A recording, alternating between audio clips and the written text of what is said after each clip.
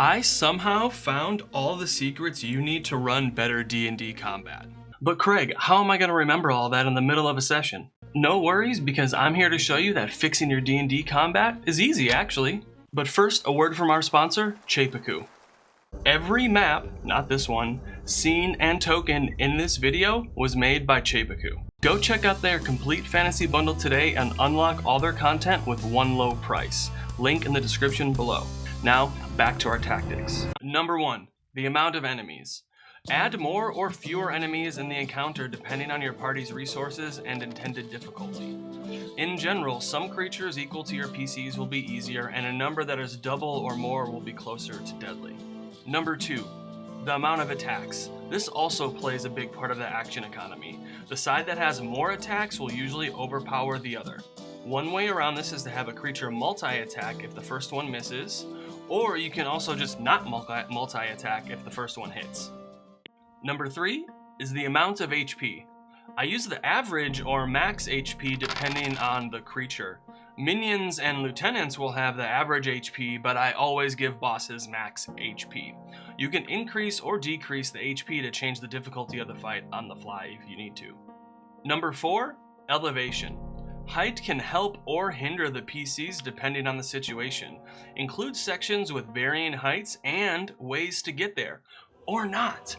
Allow the PCs to have the higher ground over the enemies sometimes, and vice versa. Number 5, distance. Not all creatures have both melee and ranged attacks. Start encounters further away to give time for the combatants to maneuver in position, and if you have a PC with a feat or ability for extra distance, that gives them a chance to use it. Number 6, difficult terrain. Difficult terrain can limit movement and cause damage to any creature on the battlefield. The changing conditions of the terrain also create hazards for both sides. Allow the PCs that can ignore difficult terrain to shine on the battlefield. Number 7, multiple waves of enemies. This is a great way to put your PCs on their back foot and use up resources. Have more enemies arrive at the top of a round or shortly after combat so they can't even rest.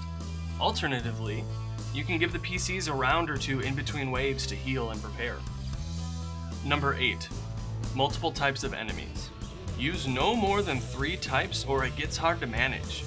Not all combat encounters have to be groups of the same creature. Using different stat blocks with different tactics creates multiple options of approach for the PCs. Number 9, multiple fronts of enemies. Oh no! The Squish Wizard is in melee! Enemies arriving from behind create a unique challenge for those used to staying in the back. Get the PCs to change up their tactics by attacking from multiple fronts at once.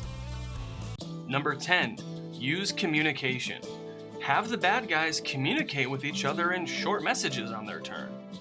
Have enemies talk with the characters, and if needed, you can add charisma-based checks.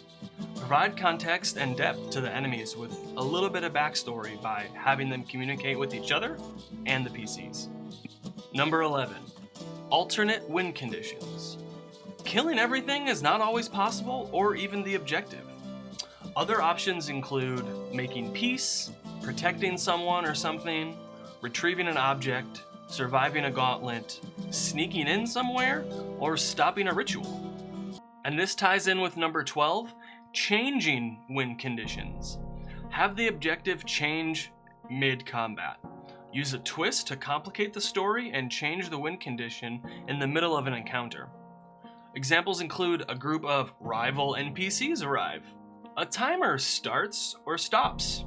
The PCs discover the info they have is wrong.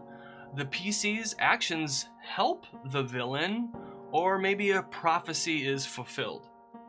Number 13, start with roleplay and exploration. Pull back and start as exploration and a roleplay encounter.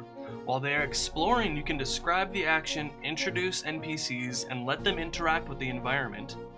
And don't forget to reward their creativity. If they avoid an encounter or make it harder on themselves, it's okay because you have all made the story together. And last but not least, number 14, create choices. Allow the PCs to make choices that can change the balance of the encounter in either direction. The choices they make before or during combat can alter the terrain or change win conditions for better or worse. Give the PCs the chance to affect the encounter before initiative is even rolled. Some other things you should think about when designing combat encounters is the action economy, which is how many attack actions each side of combat has. And not always, but usually, the side with more actions is going to win. As one side loses actions from creatures going to 0 HP, it's even easier for the larger side to succeed. This is why one monster battles go so favorably for the PCs.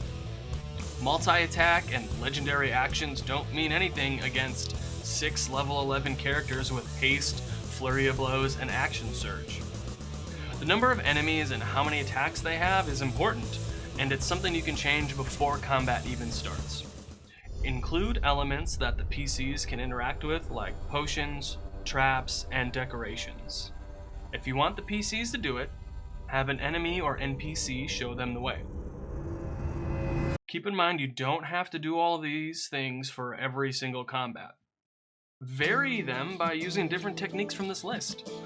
Alternate between small theater of the mind combat encounters and large set-piece battles.